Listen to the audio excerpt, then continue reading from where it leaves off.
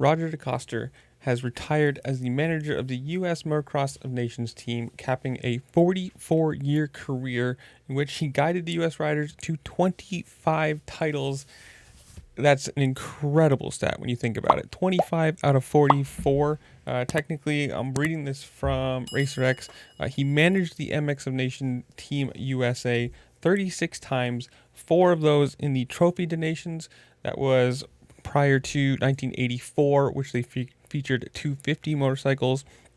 21 times they've won the MX of Nations, and 4 times they won the Trophy de Nations.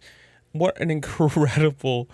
I mean, you think about the span of that 44-year career, capping 36 manager races. And you got to say, what's his name? Rob Dingman, the president of the AMA and CEO, said, quote, "On behalf of the AMA board of directors, AMA staff, and AMA members everywhere, I extend our heartfelt gratitude for decades of leadership, guidance, and numerous FIM championships.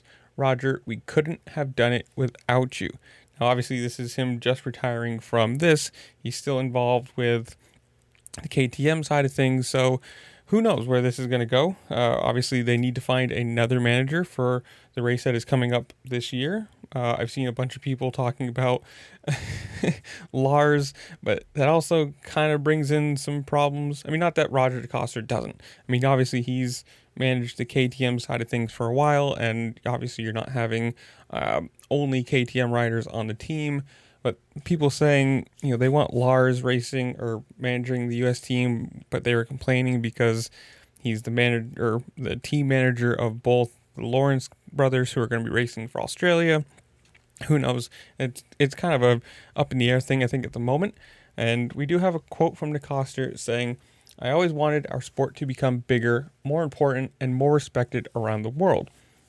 That is why I raced in many places around the world besides the GPs, Argentina, Brazil, Ecuador, Peru, Australia, and ended up in the United States for good.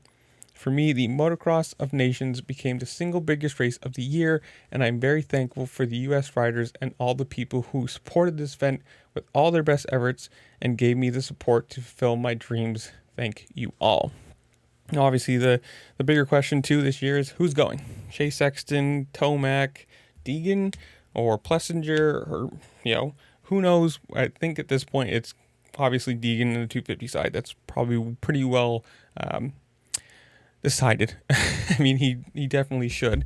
And then just kind of falls into the place of Tomac would be a really good pick, and also Sexton would be a really good pick, but who knows? I mean, Sexton has said he's in for it, so we'll see where this falls.